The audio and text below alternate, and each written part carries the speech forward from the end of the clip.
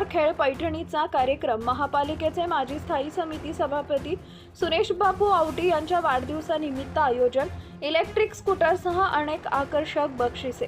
भारतीय जनता पार्टीचे ज्येष्ठ नेते तथा सांगली, मिरज आणि कुपवाड शहर महानगरपालिकेचे माजी स्थायी समिती सभापती सुरेश बापू आवटी यांच्या वाढदिवसाचे निमित्त साधत प्रभाग क्रमांक 4 मधील शनिवार दिनांक 13 डिसेंबर रोजी सायंकाळी 5 वाजता मिरज येथील आळतेकर हॉलमध्ये तेजस्विनी शहा यांच्या होम मिनिस्टर खेळ पैठणीचा या सांस्कृतिक कार्यक्रमाचं आयोजन करण्यात आलं आहे।